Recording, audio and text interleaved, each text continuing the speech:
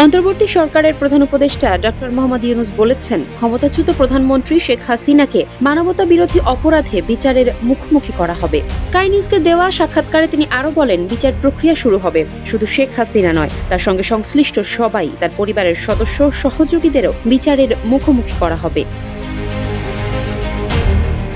প্রতিবেদনে বলা হয়, হাসিনার বিরুদ্ধে তার ক্ষমতায় থাকাকালীন জোরপূর্বক গুম পরিচালনার অভিযোগ রয়েছে। পাশাপাশি গত বছরের জুলাই-আগস্টে আন্দোলনকারীদের গণহত্যার অভিযোগ রয়েছে। গত ৫ আগস্ট বিক্ষোভের মুখে ক্ষমতাচ্যুত শেখ হাসিনা পালিয়ে বর্তমানে ভারতে রয়েছেন। তার বিরুদ্ধে গোপন আটক কেন্দ্রের নেটওয়ার্ক পরিচালনার অভিযোগ রয়েছে। সন্ত্রাস বিরোধী যুদ্ধের নামে এসব গোপন আটক কেন্দ্রে তারা রাজনৈতিক বিরোধীদের জিজ্ঞাসাবাদ, নির্যাতন এবং কয়েকজনকে হত্যা করা হয়েছে বলে অভিযোগ রয়েছে শেখ হাসিনার বিরুদ্ধে।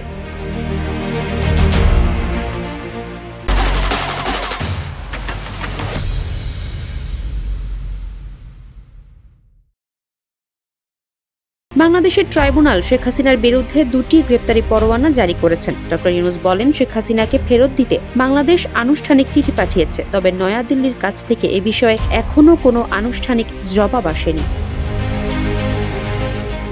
তবে শেখ হাসিনা বাংলাদেশে থাকুন বা ভারতেই থাকুন, তিনি বিচারের মুখোমুখি হবেনি, এমনটি জানান ডক্টর ইউনূস। সম্প্রতি ডক্টর ইউনূস এ ধরনের একটি কুখ্যাত গোপন বন্দিশালা পরিদর্শন করেছেন, যা আয়নাঘর নামে পরিচিত। এ প্রসঙ্গে তিনি জানান, আপনার দেখার বা অনুভবের ক্ষেত্রে এর চেয়ে বিভৎস আর কিছুই হতে পারে না। ডক্টর ইউনূস বলেন, এসব অপরাধের সঙ্গে সংশ্লিষ্ট কারা এবং এর পরিসর কতটা তা নিয়ে কাজ করতে সময় লাগছে। তিনি বলেন, তারা সবাই এই কার্যক্রমের সঙ্গে জড়িত ছিলেন, পুরো সরকারই এর সঙ্গে জড়িত। এই কারণে আলাদা করে বলতে পারবেন না কে নিজ স্বার্থে এটি করেছিল বা কে নির্দেশ পালন করেছিল, কে এটিকে সমর্থন না করলেও এর সঙ্গে জড়িত ছিল।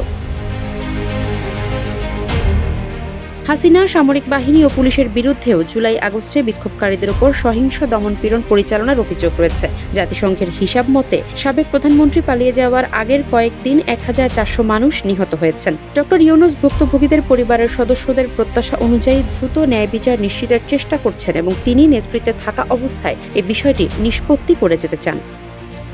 আফসারা নাজ, নিউজ ডেস্ক, ইত্তেফাক।